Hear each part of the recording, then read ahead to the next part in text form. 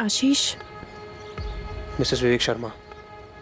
निधि ma'am, इस सब के पीछे मोटिव क्या रहा होगा? इंश्योरेंस, कोई अफेयर? अफेयर राजीव दुबे के साथ? विवेक सर का बेस्ट फ्रेंड? विवेक शर्मा के कत्ल के केस से पुलिस को बदले की जबरदस्त बू आने वाली थी, लेकिन यह बदला कौन लेना चाहता था और क्यों? साहब, हम 2 महीने बाद अपने खेत पे आए तो देखते हैं कि मेड़ पे एक टीला बना हुआ है, जिसे देखकर हम दोनों के पसीने छूट पड़े। फिर हमने खुदाई शुरू कर दी। इसके अलावा हमको कुछ नहीं पता साहब। कौन सा किसान 2 महीने तक अपनी जमीन से दूर रहता है? साहब, हम 2 महीने के लिए बाहर गए थे और जब बीज बोने का टाइम आया तो हम वापस आ गए और वापस आके देखा तो यहाँ पे ये कांड हो रखा है। तुम लोग 2 महीने के लिए यहाँ पर नहीं हो, तुम्हारी जमीन पे कोई नजर रखने वाला नहीं है। ये बात किस किस को पता है? मेरा यकीन करो सर, विवेक ने मुझसे ऐसा कुछ नहीं कहा जो मैंने आपको ना बताया हो। हमेशा सब कुछ नॉर्मल सा ही था। कुछ नॉर्मल नहीं था राजीव। 16 वार किए गए। 16 वार नॉर्मल नहीं होते। पर मुझे तो कुछ नहीं पता। बेस्ट फ्रेंड के सामने विवेक ने नकाब पहना। अब लगता है आप सब लोग हमारे सामने नकाब पहन रहे हो। लोगों के नकाब उतारना हमारा पेशा है और नकाब उतारने का हमारा सलीका और तरीका थोड़ा टेढ़ा होता है, खासकर मर्डर केस में, जो कि अब विवेक का केस बन गया है। भयंकर मर्डर का केस। तुम्हारे और निधि के पास लास्ट चांस है। हमें असली चेहरे दिखाओ, खुद के और विवेक का।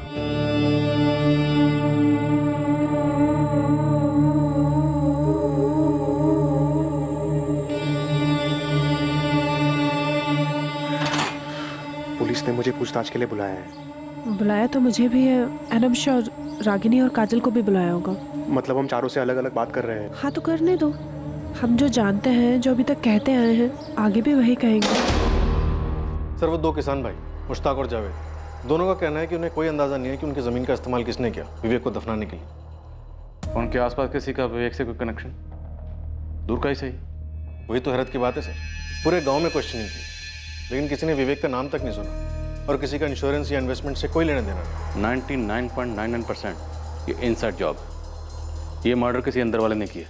अब ये अंदर वाला या तो घर में से कोई है या ऑफिस से।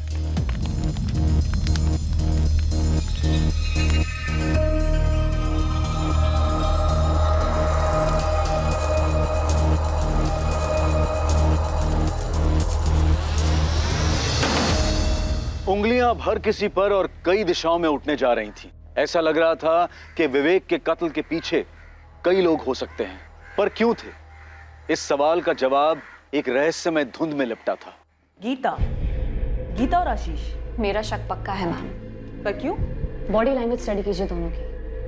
ठीक उन लोगों की तरह है जो लोग कुछ छिपा रहे होते हैं और सब सही होने का नकाब पहनते हैं। रागिनी, उस दिन 14 जून की दोपहर जिस मीटिंग के लिए विवेक शर्मा निकला, जिस नंबर से उसे कॉल आया 4448976112, वो सब गीता और आशीष का किया कराया है? Exactly ma'am. मुझे ऐसा लगता है कि ये सब उन दोनों की जोड़ तोड़ थी। निधि शर्मा, निधि विवेक शर्मा, और किस बेसिस पे इल्जाम लगा रहे हो तुम दोनों? सर, अभी तो सिर्फ शक है, कोई सबूत नहीं है हमारे पास। हाँ, तुम्हारे शक का बेसिस क्या है? जैसे जैसे विवेक सर का लौटना डिले होता गया, हमारा शक बढ़ता गया सर। उन दोनों के बीच में कोई अनबन थी जो तुम लोगों ने पहले रिपोर्ट नहीं की? नहीं सर, शक तभी हुआ जब विवेक सर के मिसिंग होने के बाद क्लाइंट्स के कॉल पर कॉल आने लगे। सबको अपनी डील क्लोज करनी थी और काम आगे बढ़ाना था। अब चूंकि विवेक सर नहीं थे फैसले लेने के लिए, तो मैंने उनके बेटे संजय को कॉल किया। गीता ने फ़ोन किया था, कह रही थी कि क्लाइंट्स के कॉल पे कॉल आ रहे हैं, किसी को पापा की जगह डील्स करनी पड़ेंगी। और फिर कुछ दिन बाद मुझे निधि मैम का कॉल आया। गीता, ध्यान रहे, हाथ से एक भी क्लाइंट जाना नहीं चाहिए और ना ही कोई क्लाइंट डिस्टर्ब हो। जी मैम, आई अंडरस्टैंड, बट उसके लिए सिग्नेचर्स लगेंगे, अप्रूवल्स लगेंगे। कंपनी में मेरा भी नाम है ना एज अ पार्टनर? जी मैडम। तो मैं साइन करूंगी, मैं अप्रूवल्स दूंगी। तुम अपना काम एज यूजुअल कंटिन्यू करो। उनकी आवाज़ इतनी नॉर्मल, इतनी रोज़मर्रा वाली थी, मानो प्रिपेयर थे इस सिचुएशन के लिए। इनफैक्ट शायद वेट कर रही थी। सर, जब गीता ने मुझे बताया तब मुझे थोड़ा शक हुआ कि शायद एजेंसी हत्या ने निधि मैम ने खुद कुछ कर दिया हो। और जब 3 दिन तक विवेक सर लौटे नहीं, तो मुझे फीलिंग आने लगी कि शायद अब वो नहीं रहे। और ये जो फीलिंग है तुम्हारी, ये तुम लोगों ने अपने तक रखी, हमें बताना जरूरी नहीं समझा? सर, ऐसे कैसे कुछ कह सकते थे? कोई सबूत नहीं था हमारे पास। मुझे भी एक फीलिंग हो रही है और सबूत भी है कि विवेक के मर्डर के पीछे तुम दोनों का हाथ है। सर क्या बात कर रहे हैं आप? किसने कान भरे सर आपके? सर लेकिन ये सब करके फायदा क्या होगा हमारा? सर बताइए ना सर, कौन हमारे पीछे आपको ये सब बता रहा है? भाई, जो जानता है कि इस कत्ल के पीछे तुम दोनों। सर हर कत्ल के पीछे एक मोटिव होता है, हमारा जीरो मोटिव है। हमारा विवेक सर के साथ कनेक्शन भी अच्छा था, और भले ही कुछ भी हो जाए हम तो एम्प्लॉयज ही रहते हैं ना सर। निधि मैम की तरह एजेंसी के मालिक थोड़ी बन जाते हैं। तुम दोनों, रिश्ता है तुम दोनों के पीछे? हाँ सर, पर इसका मर्डर से कोई कनेक्शन नहीं है। हमारी विवेक सर से कोई शिकायत नहीं थी, वो एक अच्छे एम्प्लॉयर थे और हम अच्छे एम्प्लॉयज, सिर्फ एम्प्लॉयज। रागनी क्यों काजल? सर मुझे नहीं पता, बस क्या काजल? काजल, तुम्हारे बॉस विवेक शर्मा का मर्डर हुआ, भयंकर मर्डर। अब तुम रागनी का नाम ले रही हो तो कोई कारण तो होगा। कारण तो है, लेकिन क्या है मैं बता नहीं पा रही हूँ। जो भी है बोलो। सर वो क्या?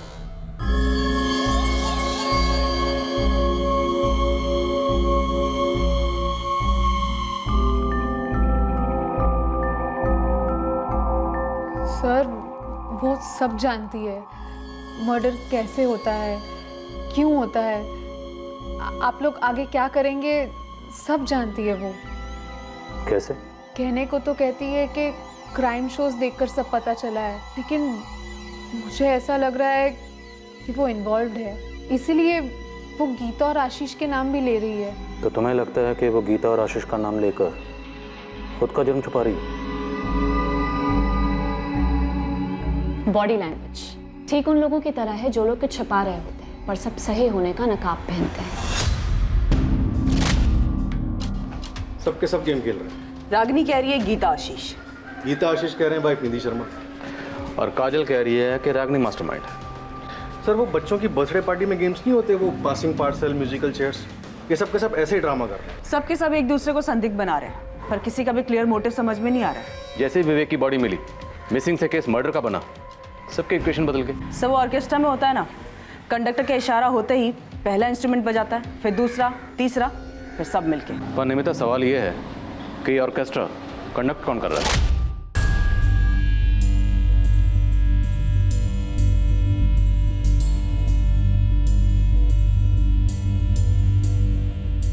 हमें इस केस का क्रैक 4448976112 इसी नंबर से मिलेगा। हाय, क्या हाल है? एक मंच तैयार किया गया, 1 महीने के टाइम में एक ऐसी पटकथा लिखी गई जिसमें विवेक शर्मा को फंसाया गया। बस सवाल यह है कि विवेक शर्मा फंसा क्यों? उसकी ऐसी क्या मजबूरी थी या फिर ऐसी क्या कमजोरी थी जिसके बारे में हमें किसी ने कोई हिंट नहीं दिया? और अब देखिए सर, विवेक शर्मा का सारा स्टाफ एक दूसरे पर शक को पास कर रहा है, मानो कोई फुटबॉल का गेम चल रहा हो। मुझे लगता है नया पास जल्दी आने वाला है। अरे राशिद, लाइफ मजे लेकर जीने के लिए यार, वरना इंसान के जीने का क्या मतलब है बता? इंसान है ना, सिर्फ परफेक्ट होने का सपना देख सकता है, लेकिन वो कभी परफेक्ट नहीं होता।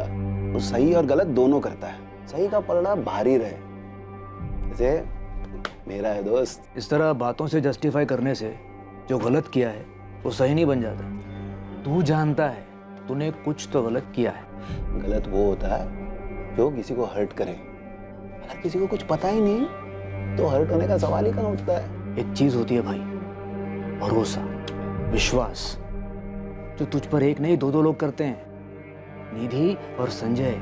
और मैं तुझ पे भरोसा करता हूँ, इसलिए तुझे सब कुछ खुल के बताता हूँ। असली फ्रेंड मानता हूँ तुझे।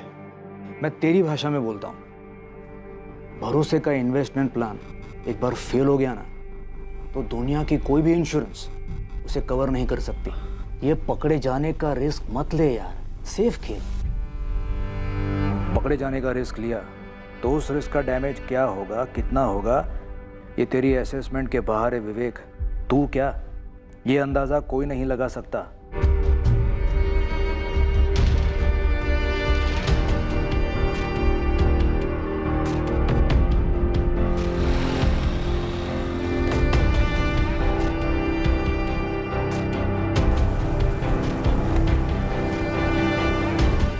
जैसा कि पुलिस को शक था, आरोपों का फुटबॉल अब अपने अगले पास के लिए तैयार था। एक ऐसा खुलासा हुआ जिसके बारे में विवेक से जुड़े किसी ने एक बार भी जिक्र नहीं किया था। शायद इन लोगों में से कुछ लोगों को इसके बारे में पता ही नहीं था और कुछ शायद पता होते हुए भी चुप बैठे रहे थे। इंस्पेक्टर, मुझे थाने आकर कुछ कहना है।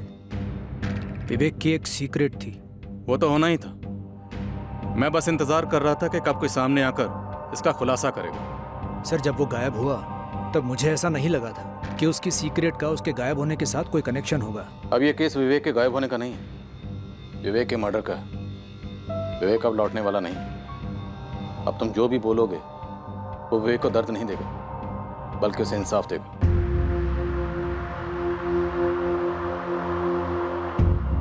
झूठ बोल रहा है ना संजय? मैं क्यों झूठ बोलूंगा मम्मी? और मेरे झूठ बोलने से पापा लौट आएंगे क्या? राजीव को पहले से ही मालूम था। उन्होंने 14 जून को ही मुझे सब बताया था, जब पापा घर नहीं लौटे थे। संजय, पापा के साथ जो कुछ भी हुआ उसमें तूने तो कुछ नहीं किया ना? नहीं मम्मी, मैंने कुछ नहीं किया है। विवेक का एक छुपा हुआ पहलू था। इंतजार कर रहा हूँ इस खुलासे का। उसका ये सीक्रेट कोई नहीं जानता था। आप जानते थे, लेकिन आप बोल रहे हैं। उसकी एक बहुत बड़ी कमजोरी थी, औरतें। हमारी सबसे पहली थ्योरी यही थी। कोई एक्सीडेंट नहीं, कोई फिरौती नहीं, कोई डिप्रेशन नहीं। बंदा ऑफिस से मीटिंग के लिए निकलता है और गायब। मामला अफेयर का होना ही था। कौन थी वो औरत? सर, मैंने कहा उसकी कमजोरी थी औरतें, एक से ज्यादा। सर, कितनी थी मुझे नहीं मालूम। सबके बारे में नहीं मालूम होगा, लेकिन कुछ के बारे में तो मालूम होगा। बताया होगा विवेक ने डिटेल में। क्लोज फ्रेंड था? नहीं सर, उसने किसी के नाम नहीं बताए, कोई डिटेल्स नहीं दी। लेकिन सर, वो हर वक्त किसी ना किसी के साथ इन्वॉल्व रहता था। उसके ऑफिस में कोई थी? ये तीनों लड़कियां, गीता, रागनी और काजल, इनमें से किसी के साथ विवेक शर्मा का चक्कर रहा होगा। तो इनमें से किसी ने किया है? इनमें से किसी ने, या इनमें से किसी की वजह से किसी ने। गोविंद, तो किस तरफ इशारा कर रहा है? संजय, विवेक का बेटा। उसके सर्कल से मैंने पता किया है, काफी हद तक परेशान और दुखी रहा है वो काफी अरसे से। मुझे तो लगता है कि उसे अपने बाप के अफेयर का पता चला होगा। माँ के लिए बहुत बुरा लगा होगा, इतना बुरा लगा होगा कि उसने अपने ही बाप को खत्म कर दिया। मैडम, ये पूरा कांड घर के अंदर से ही रचा गया होगा।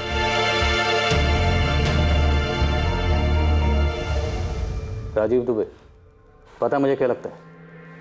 तुम ये सब कुछ जो कह रहे हो कि विवेक वुमेनाइजर था, दरअसल ये तुम्हारी गुगली है हमें गुमराह करने के लिए। नहीं सर, मैं सच कह रहा हूँ। तुम्हारी गुगली नो बॉल। सच ये है कि विवेक के मर्डर में तुम भी शामिल हो। नहीं सर, बिल्कुल नहीं। सर, विवेक मेरा दोस्त था। इसी दोस्ती की वजह से मैंने निधि को कुछ नहीं बताया। सर, उसे बहुत गहरा जख्म होता। 16 वार विवेक की बॉडी पर 16 गहरे वार किए गए थे। और इतनी नफरत कोई करीबी कर सकता है। एक करीबी निधि थी और दूसरे तुम दोनों ने मिलकर अपने रास्ते का कांटा हटा दिया। नहीं सर। किसके जरिए तुमने विवेक को फांसा था? ये क्या बकवास कर रहे हैं? सुना बकवास। तुमने 1 महीना पहले किसी के जरिए विवेक को दाना डाला था। मिस्टर विवेक, हाँ, हमारी कंपनी ने एक ज़मीन ली है फैक्ट्री डालने के लिए, तो उस ज़मीन के इंश्योरेंस की बात करनी थी। श्योर मिस्टर नीलेश, मार्केट में सबसे बेस्ट ऑफर हम आपको दे सकते हैं विद अ कॉम्प्रिहेंसिव प्लान। आप असेसमेंट के लिए जल्द से जल्द हमारी ज़मीन कब तक देख सकते हैं? आप बताइए। 1 हफ्ता। डन। आप डेट फिक्स कीजिए, मैं रेडी रहूँगा। जिसको तूने ये काम सौंपा था वही विवेक को उसकी मौत के मुंह तक लेकर गया। मिस्टर विवेक जी, मैं आपका इंतजार करता हूँ। क्या आप आ सकते हैं अभी? हाँ, मैं 10-15 मिनट में निकलूंगा। मिलते हैं वहाँ।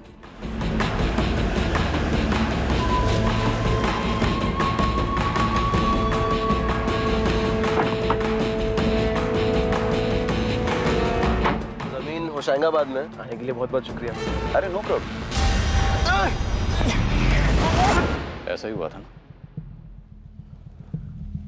अब ये बताओ, ये काम तुमने अकेले ने किया या ये कोई जॉइंट वेंचर था तुम्हारे और निधि शर्मा के बीच?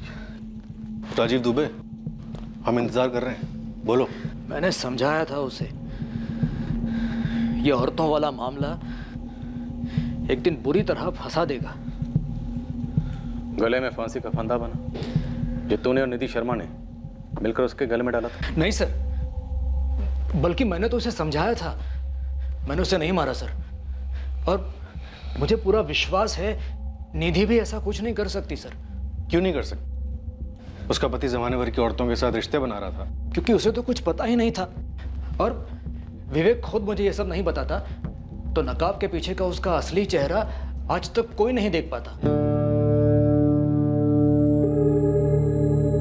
विवेक को क्यों फंसाया गया, कैसे उसे अपनी मौत की तरफ ले जाया गया, और इस कत्ल का मोटिव अब धीरे धीरे उभरने लगा। ये मोटिव, ये मकसद था विवेक की व्यभिचारी फितरत। पर विवेक के एक वुमनाइजर होने की बात सिर्फ अब जाकर दुनिया के सामने आई थी। इस बात का आभास हो रहा था कि विवेक के लिए जाल बिछाया गया था, लेकिन किसने बिछाया था इस पर अभी रोशनी पड़नी बाकी थी। मर्डर को अंजाम देने के 1 महीने पहले इसकी प्लानिंग की गई थी। विवेक शर्मा को मार डालने की यह प्लानिंग सटीक थी, बारीकी से की गई थी। बिछाया गया जाल मजबूत था और छुपा हुआ भी।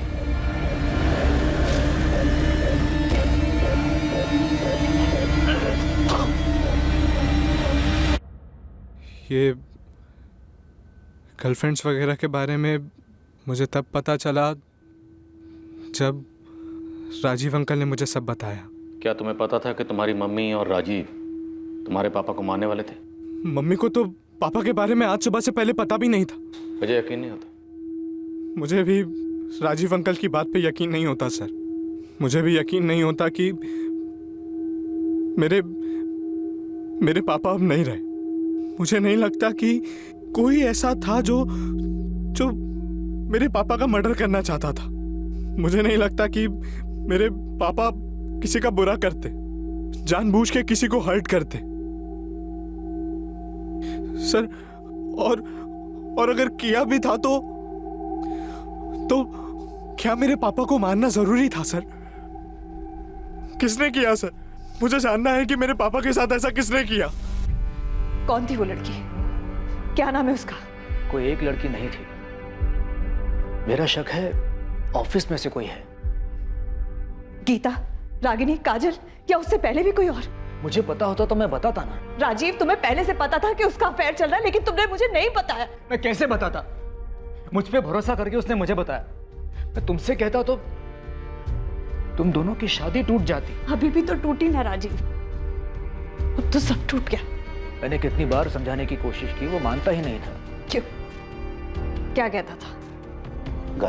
गलत तब होता है जब किसी को पता हो गलत हुआ है। वो मेरी बात सुनता ही नहीं था। मेरी सुनता? अगर तुमने बताया होता तो।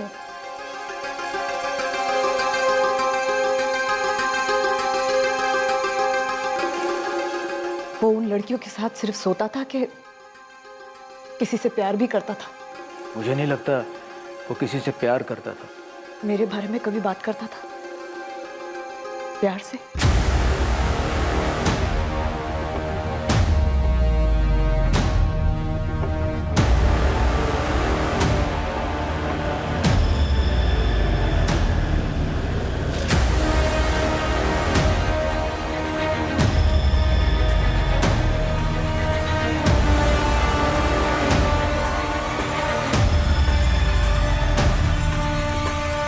गाड़ी मिल गई है सर, विवेक शर्मा की, MPCX I407X। हबीबगंज में मिली? हाँ सर, कई दिनों से रोड साइड पार्क थी।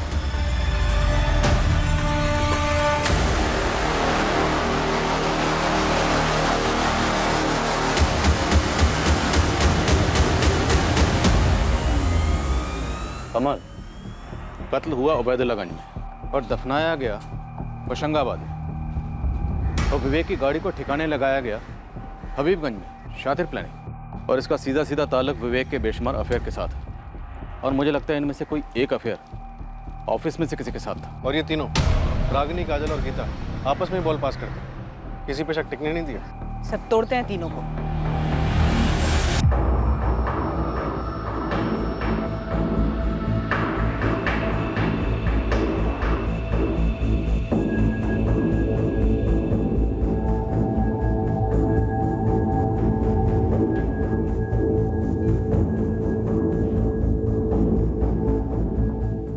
यार कार तो एक ना एक दिन सामने आनी थी ना, हमारी बात हुई थी इस बारे में।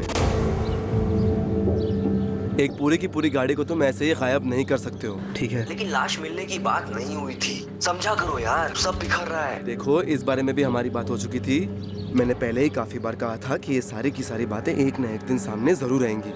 खैर, अब सब इस पर निर्भर करता है कि वो कब तक पुलिस को घुमाती है। बस बिखरनी नहीं चाहिए।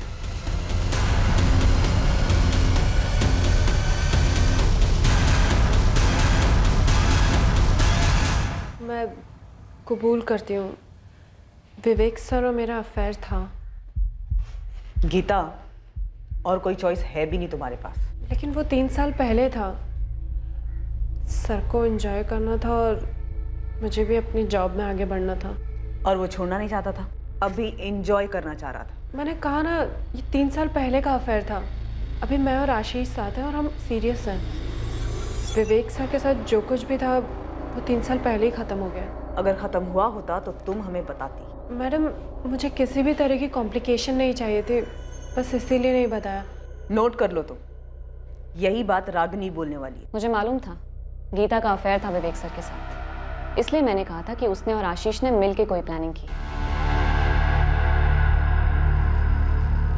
और तुम्हारा कुछ नहीं था तुम्हारे विवेक सर के साथ? नहीं सर, मैं इतनी बेवकूफ़ नहीं हूँ कि ऑफिस में बॉस के साथ रोमांस करूँ।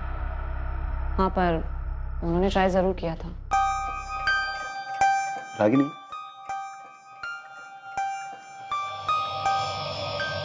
तुम्हें मेरे साथ क्लाइंट मीटिंग के लिए चलना चाहिए। काम फास्ट रिसीव होगी, ऑफिस के लिए और हमारे फ्यूचर के लिए अच्छा रहेगा। सर, जब मैं फील करूंगी कि मैं रेडी हूँ क्लाइंट मीटिंग्स के लिए, तब मैं ज़रूर चलूंगी।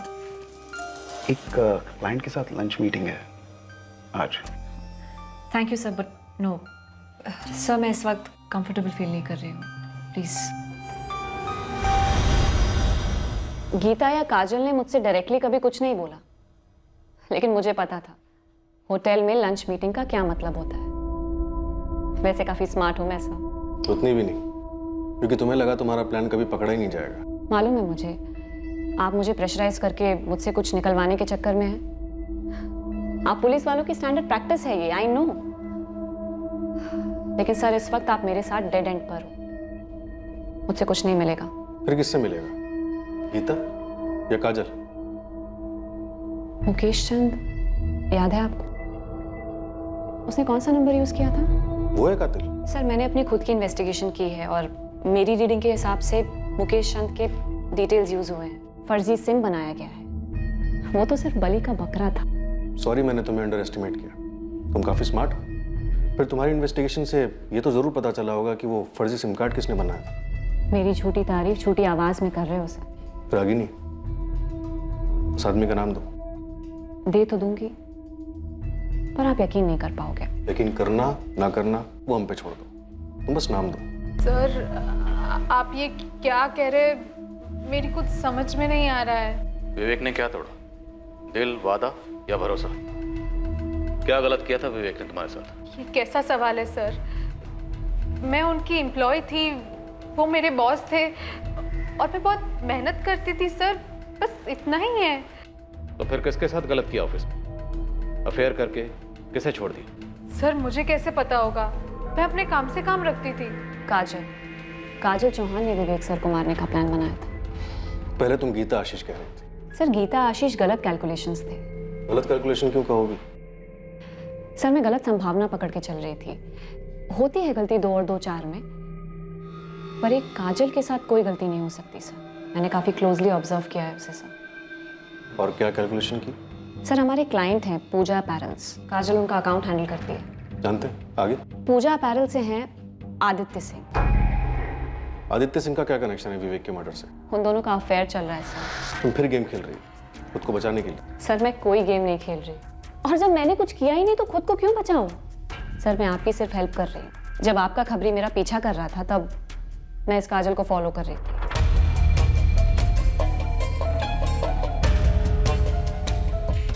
वो ऑफिस मीटिंग्स के अलावा बाहर मिलते हैं। विवेक सर के गायब होने के बाद रोज मिल रहे थे और दोनों काफी नर्वस लग रहे थे। इस काजल का बड़ा भोला भाला चेहरा है सर, लेकिन आप उसके चेहरे पर मत जाइए। वो सिर्फ एक नकाब है।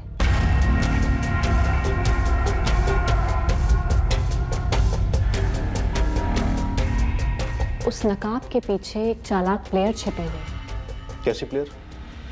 Game of love sir. वो विवेक सर के साथ भी अक्सर बाहर जाती थी, कहने को मीटिंग्स, पर असलियत तो सिर्फ वो दोनों जाने। काजल चलो जल्दी, हम लेट हो रहे हैं। और वो मुकेश चंद वाली बात? वो बस मेरा डिडक्शन था। पहले मुकेश चंद के नाम पे फर्जी सिम, फिर विवेक सर को फंसाया जाता है, फिर मारा जाता है, फिर दफनाया जाता है, और फिर उनकी कार को किसी रोड पे पार्क कर दिया जाता है। पर आप लोगों को पता लगाने में इतना समय लगा। सर इंग्लिश में इसे इंट्रैपमेंट कहते हैं। काफी जानकारी रखती हो तुम परफेक्ट क्राइम के बारे में। बचपन से सर मैं फैन रही हूँ क्राइम शोज की और क्राइम नॉवेल्स की। पिछले 8 साल से क्राइम पेट्रोल देख रही हूँ और हर बार एक ही बात सामने आई है, जिस पर पुलिस का कम से कम शक होता है ना सर, वही होता है किलर।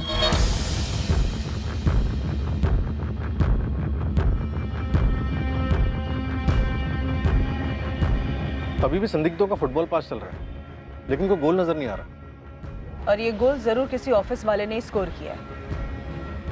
रागिनी ने मुकेश चंद का नाम लिया था।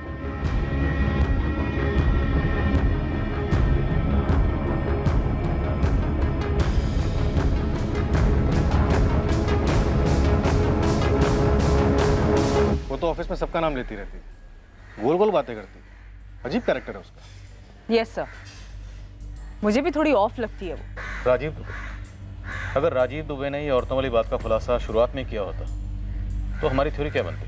हम विवेक शर्मा के कॉल रिकॉर्ड्स में से औरतों की लिस्ट बनाते, उनकी छटनी करते, और फिर खबरियों के जरिए पता चलता कि विवेक के ऊपर इतना गुस्सा किसे था। लेकिन सर विवेक के फोन रिकॉर्ड में हमें ऐसा कुछ भी नहीं मिला है। शायद वो फोन पर रोमांस ना करता, फेस टू फेस करता, और फेस टू फेस सबसे ज्यादा वो ऑफिस में होता था। गीता ने कबूल किया है कि 3 साल पहले उसका विवेक के साथ अफेयर था, लेकिन ये बात राजीव और निधि को नहीं पता। रागिनी ने किसी अफेयर से इनकार किया, लेकिन काजल का नाम लिया। तो काजल हो सकती है? अगर है तो फिर काफी शातिर दिमाग की, इतनी शातिर कि विवेक को फंसाकर उसकी मौत के मुंह तक ले गए। सर मेरी काजल पे ये इन्फॉर्मेशन है कि वो यहाँ अकेली रहती है। ओरिजिनली वो जबलपुर से है और उसका कोई बॉयफ्रेंड नहीं है। सिम कार्ड खरीदा गया हबीबगंज से, और विवेक की कार लवारिस मिली हबीबगंज। तो हो सकता है कातिल का कोई कनेक्शन हबीबगंज से हो। वैसे इस रागिनी ने इंटरोगेशन के दौरान एकदम से मुकेश चंद का नाम लिया। तो हबीबगंज में रहने वाले मुकेश चंद के किसी करीबी ने चुपके से मुकेश चंद के डॉक्यूमेंट्स को एक्सेस किया, फर्जी सिम कार्ड खरीदा जो ऑपरेशन में इस्तेमाल हुआ। तो मुकेश चंद का कोई करीबी इस कत्ल की साजिश का हिस्सा हो सकता है, या शायद खुद कातिल। और इस मुकेश चंद की जानकारी में थी इस केस को खोलने की चाबी। जरूरी डॉक्यूमेंट्स की फोटोकॉपीज हम अक्सर मिटाते नहीं हैं, जबकि उनका गलत इस्तेमाल होने का खतरा बना रहता है। अक्सर हमें पता तक नहीं होता कि हमारे सर्कल में वो कौन बंदा या बंदी है जिसने हमारी आइडेंटिटी डॉक्यूमेंट्स की कॉपी ली किसी काम से और किसी और ही जगह इस्तेमाल की। फिर से कह रहा हूं, मुझे नहीं मालूम मेरे कागजात का किसने गलत इस्तेमाल किया है। मुकेश चंद, कुछ तो याद करो, तुमने अपने कागजात कहाँ दिए थे, किसे दिए थे? राजीव दुबे, इसे जानते हो? नहीं। संजय शर्मा? नहीं। निधि शर्मा? नहीं। रागिनी, काजल, गीता, इनमें से किसी को? नहीं सर, मैं इन लोगों को नहीं जानता, किसी को भी नहीं। आशीष? नहीं सर। मुकेश चंद, इनमें से किसी को भी नहीं जानते?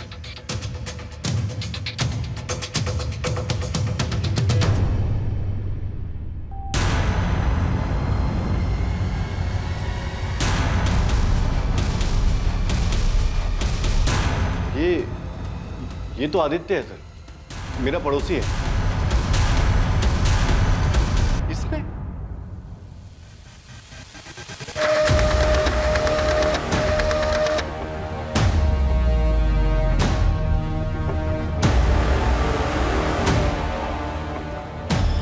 सर इस रागिनी ने तुक्के में मुकेश चंद का नाम उछाला था और हमने कैच कर लिया। इस आदित्य कोई पार्टनर, कोई साथीदार? सर एक नाम है नीलेश कुमार। लिस्ट में से कॉल्स कई बार आते जाते रहे। इतना ही नहीं सर, कत्ल वाले दिन दोनों की फोन लोकेशंस उस फर्जी सिम कार्ड वाले फोन से मैच हुई।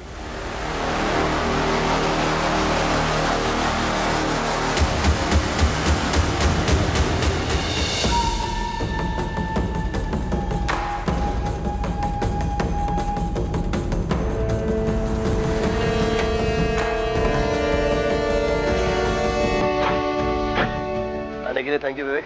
अरे कोई नहीं।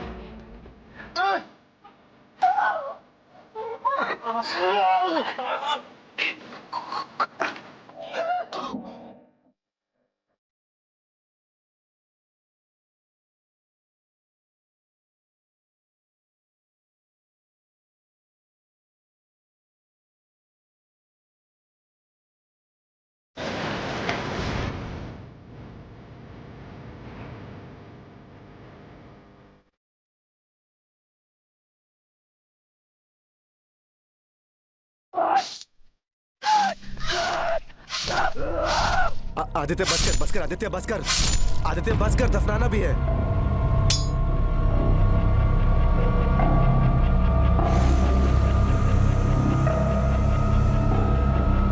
मिला क्या? इसमें कुछ भी नहीं है यार। अरे देख उसके पर्सनल फोल्डर्स में देख, यहाँ पे भी नहीं है। अरे होगा अंदर, देख अच्छे से छान कर।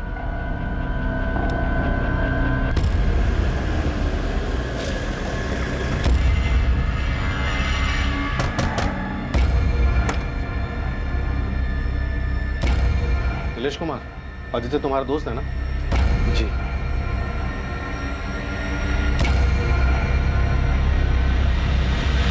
आओ आदित्य, बैठो। क्यों लाया गया मुझे यहाँ? बैठो। पहले बताओ। ओए, बैठ। अरे सर आप पूछिए ना जो पूछना है। चल बैठ। बैठ।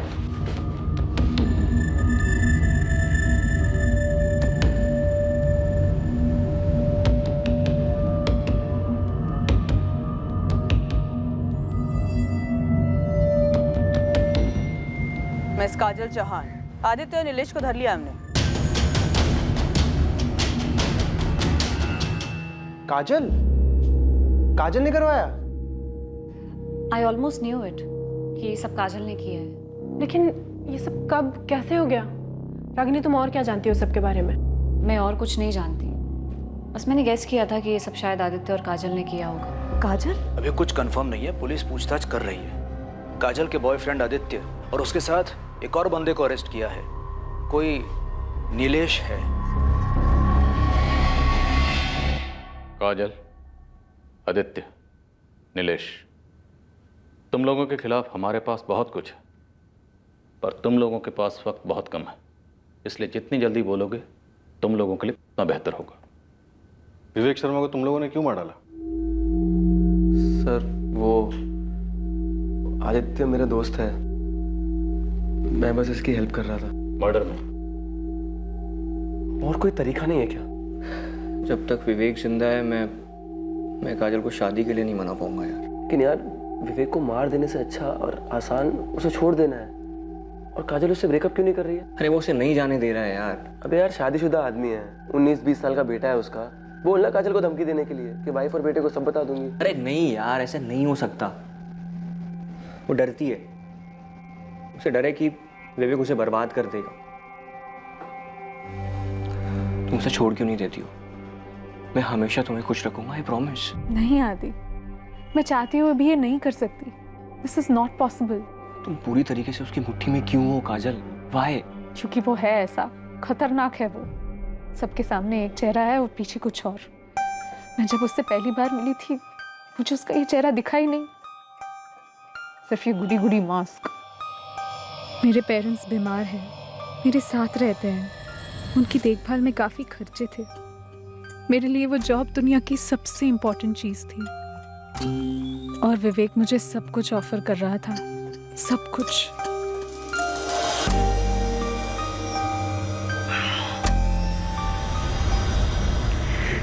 विवेक, तुम शादीशुदा हो। मेरी शादी बेमतलब की है, तुम जानती हो। 19 साल का बेटा है तुम्हारा। तो मेरी अपनी जिंदगी है, तुम्हारी भी तो है। ये सीरियस हो सकता है। होने तो किसी को पता लग सकता है। किसी को कुछ पता नहीं चलेगा, ये सब हम दोनों के बीच में ही रहेगा, प्रॉमिस। मैं रिलेशनशिप में बंध गई थी विवेक के साथ। मुझे कोई आइडिया नहीं था हमारा रिश्ता कहाँ जा रहा है।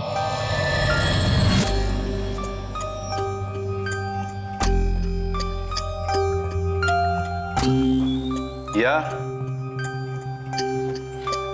कम इन।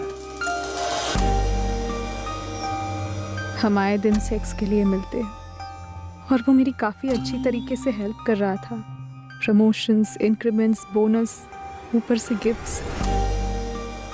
लेकिन हमारा रिश्ता उसके आगे कहीं जा ही नहीं रहा था।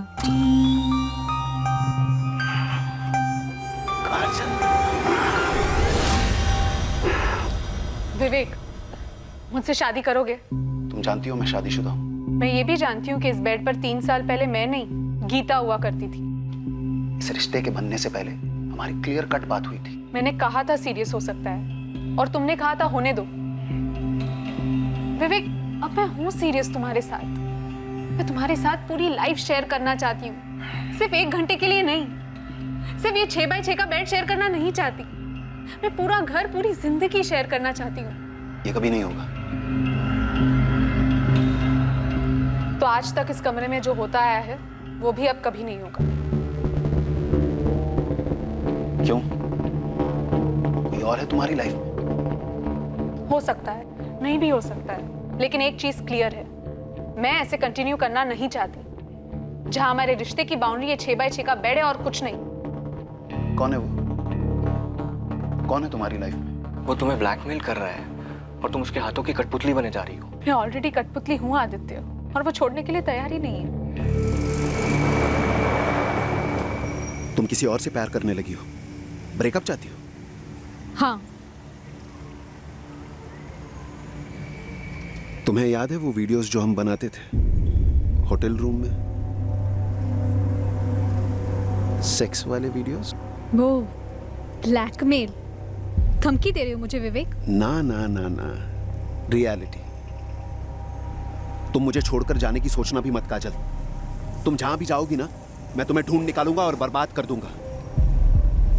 तुम सिर्फ मेरी हो। मैं तुम्हारी प्रॉपर्टी नहीं हूँ विवेक, और याद रखो तुम्हारी भी एक वाइफ है, एक लड़का है।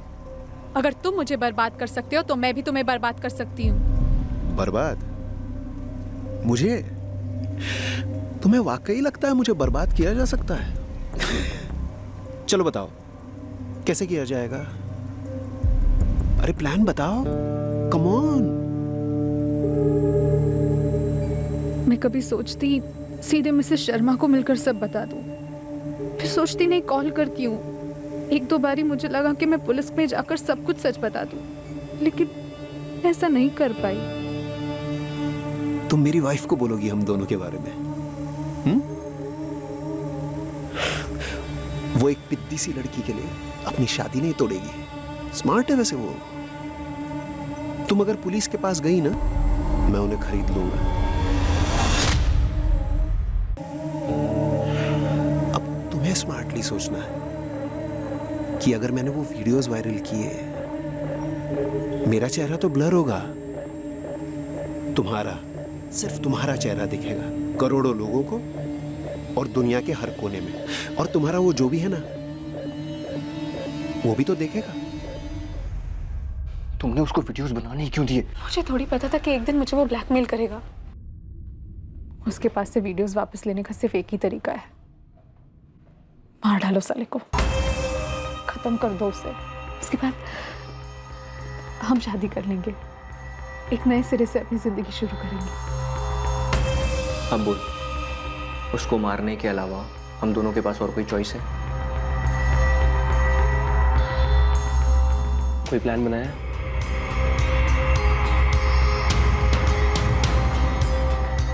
सबसे पहले हमें विवेक को फंसाना होगा।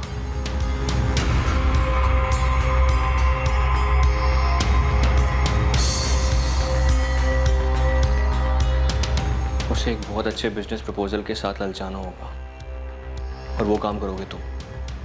और एक बार वो पूरी तरीके से इस प्रोजेक्ट में घुस गया, मार देंगे। वो खेत जहाँ पे तुमने विवेक को दफनाया, कैसे हाथ लगा तुम्हारे?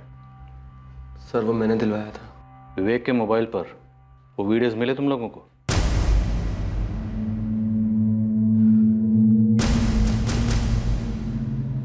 हो गया। हाँ, लेकिन काजल, क्या? तुम दोनों की क्लिप्स नहीं थी उसके फोन में। सिम निकाल दिया इसमें से, मैंने एक बार चेक कर लो। ये कैसे हो सकता है? उसने कहा था उसी के पास है क्लिप्स। हो सकता है उसने कहीं और सेव कर दी और इसमें से डिलीट कर दी हो।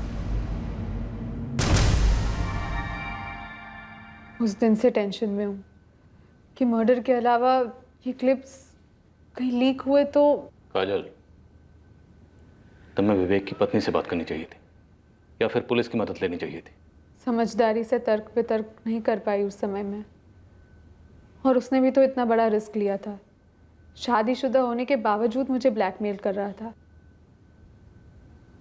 मैं जिद नहीं कर रही थी शादी के लिए, बस उसके चंगुल से बाहर निकलकर आज़ाद होना चाहती थी, लेकिन वो छोड़ ही नहीं रहा था। माना विवेक ने तुम्हारे साथ जो किया वो गलत था, लेकिन उस गलत को सही करने के लिए तुम लोगों ने जो तरीका ढूंढा वो भी गलत था। एक ऐसा तरीका जिससे किसी का भला नहीं हो, ना तुम्हारा, ना तुम्हारा और नीलेश, ना तुम्हारा। अब समझदारी से तर्क वितर्क करने का तो वक्त है नहीं। अब तुम लोगों ने जो किया है उस पर विचार करने का काफी वक्त मिलेगा।